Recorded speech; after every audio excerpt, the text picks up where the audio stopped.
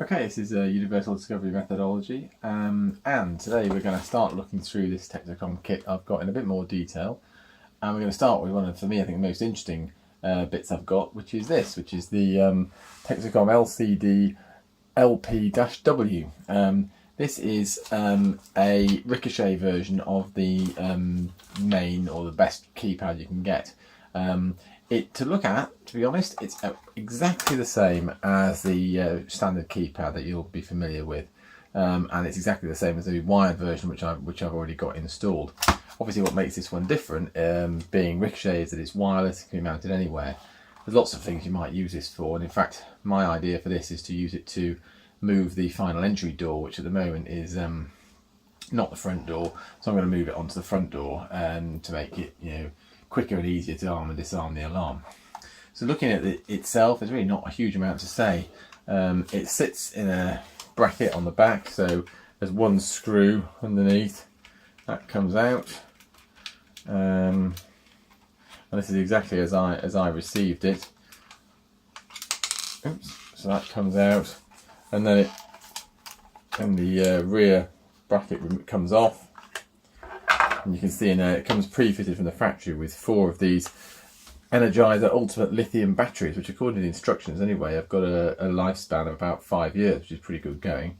And as you can see, they haven't been actually, this keypad has not yet been turned on, and a little bit of plastic still in place. So what I'm going to do is get this going and pair it up with my alarm, which has already got a keypad on it. So a couple of things to note. There's this small set of dip switches here. These are used for setting up the address for the device. Now, if it's the only keypad in the system, it's a 1, and you have to check in the manual for the details of this. For any other, it has to be anything but 1. So I've only got 1 keypad, so I'll need to set this to be some other address other than 1. Now, a few things of interest. There's an engineer's keypad header here. If this is the only keypad on the system, when you first set it up, you have to use a wire, which I have here. You have to use one of these to connect that header to there onto the keypad socket on the main board, and that allows you to configure a new panel. And so it's quite possible to have this as being the only keypad on the system. But for a lot of people, so in my case, it's a matter of adding it to an existing system, so this is rather easier. So I'm not going to power this up yet until I'm ready, but effectively what you do is you put the panel into engineering mode, power this up, and then it learns it to the system.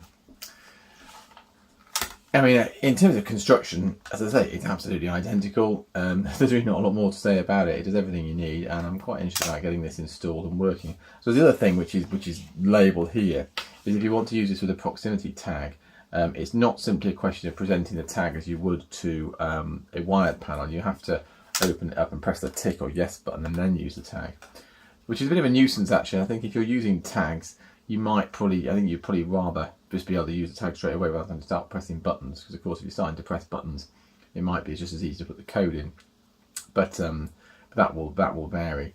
Okay, that's probably about all I can say to you about this now, so we'll go down and get it powered up and programmed onto the panel.